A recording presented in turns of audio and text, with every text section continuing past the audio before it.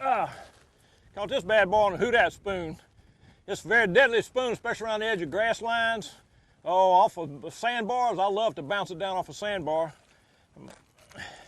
But it's a deadly spoon that will not hang up. You can just throw it anywhere. Houdat spoon. This is the non-spinner model. Got a wide weed guard. Makes it very, very weedless. I do a lot of damage to it because I can throw it right up in these canes of grass. As long as you don't jerk it real steady to come right out of it. I like to rig it on mono. I like to tie mono onto my braid. I like something a little bit stiff in front of it so it doesn't have a tendency to loop up around the weed guard as much. Now, I normally just tie the thing straight on. I don't try to loop knot on it. But some people might think you need a loop knot. It's probably personal preference on the knot itself. But I just use the old spin knot and pull it down tight and then come back through so it won't catch anything. Snug it up, lick it down so it'll slide good. I go back through here, especially this time, so it secures the knot, and then when I trim it off, it leaves something sticking back that won't catch grass. I still like to leave just a stub of a tag end. But now I fish this bait almost like a jig. The keynote to the Houdat spoon is it's got two rattle chambers in it. It's got a front to back knocker.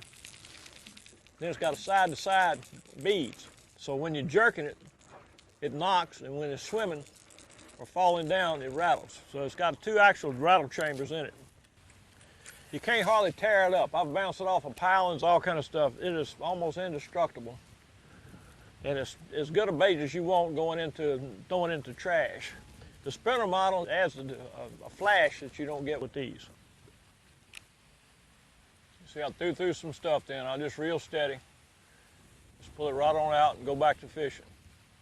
Quite often they hit it when you let it sort of fall back. It's sitting there rattling on the fall. When you pop it up and let it fall, it's rattling all the way back down. The Houdat spoon will snag them, but you got to work that Houdat spoon more like a jig. When I do the damage with the Houdat spoon, most of the time I'm reeling just a little bit, letting it fall, and then sort of wiggling and pump it like a jig, make that thumper inside there, the dual chamber work for you. The key to Houdat spoon is the dual chamber action.